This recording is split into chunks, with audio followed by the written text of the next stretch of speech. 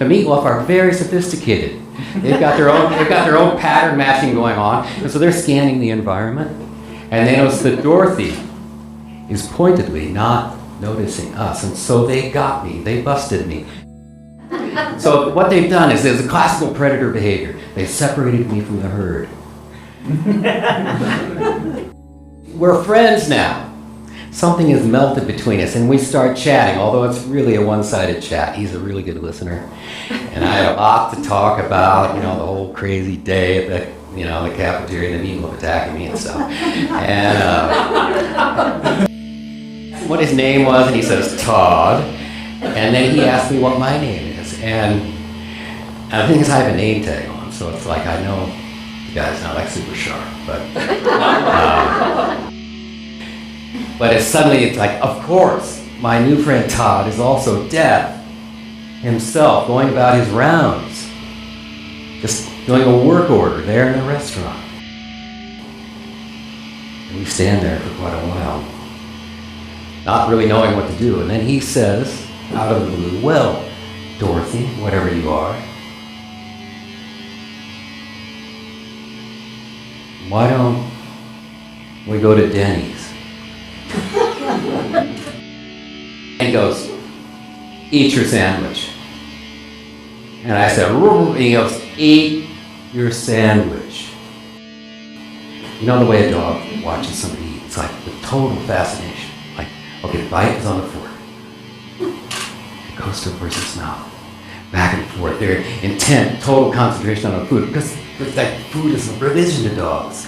And then they watch us chewing, and we chew really well compared to a dog. For a dog, it's like, swallow, get some more. Swallow, get some more. And they see us chewing, and it's like, I don't quite get that. But what's even more, it's like what makes it really a transcendent experience for the dogs, even though they don't understand that kind of word, is they see us enjoying the food. They see our eyes kind of roll back in our head, and we go, oh.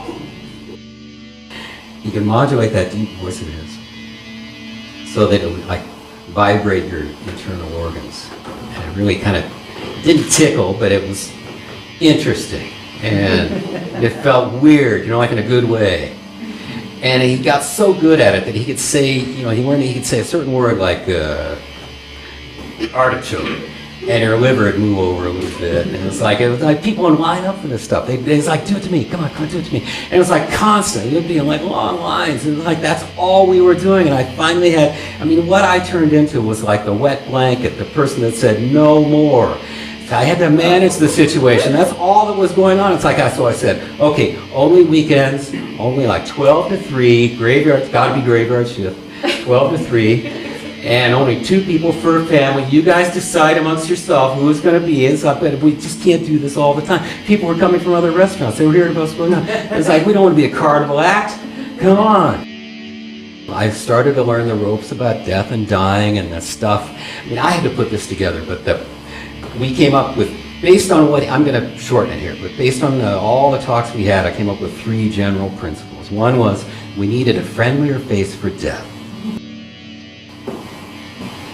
And then second general principles would be, we need upgrades and options. We need choices, silver, platinum, gold. We need clubs, people enjoying.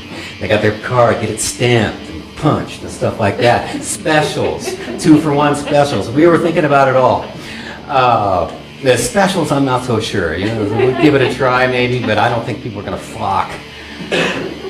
Never mind. But stuff we came up with, we had fun with slogans even, because I said businesses need a slogan, a short, pithy phrase to get people's attention.